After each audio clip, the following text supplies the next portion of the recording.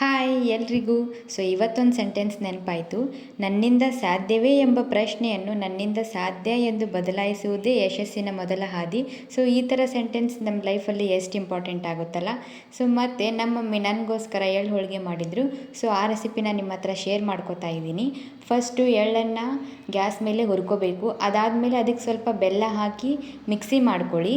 ಅದಾದಮೇಲೆ ಒಂದು ಪಾತ್ರೆಯಲ್ಲಿ ಮೈದಾ ಹಿಟ್ಟು ಮತ್ತು ಸ್ವಲ್ಪ ಉಪ್ಪು, ಎಣ್ಣೆ ಮತ್ತು ಸ್ವಲ್ಪ ಸೋಡಾ ಪುಡಿ ಹಾಕಿ ಅದನ್ನು ಚಪಾತಿ ಹಿಟ್ಟು ಥರ ಕಲಿಸ್ಕೊಳ್ಳಿ. ಅದಾದಮೇಲೆ ಅದು ಎಳ್ಳಿರುತ್ತಲ್ಲ ಅದನ್ನು ಸ್ವಲ್ಪ ಉಂಡೆ ಥರ ಮಾಡಿಕೊಂಡು ಈ ಚಪಾತಿ ಹಿಟ್ಟು ಒಳಗಡೆ ಅದನ್ನು ಸೇರಿಸ್ಬಿಟ್ಟು ಲಟ್ಟಿಸಿ ಅದನ್ನು ಸ್ವಲ್ಪ ಬೇಯಿಸ್ಕೊಂಡು ಬಿಟ್ಟರೆ ಎಳ್ಳು ಹೋಳಿಗೆ ರೆಡಿ. ನನಗಂತೂ ಎಳ್ಳು ಹೋಳಿಗೆ ಇಷ್ಟ ಆಗುತ್ತೆ.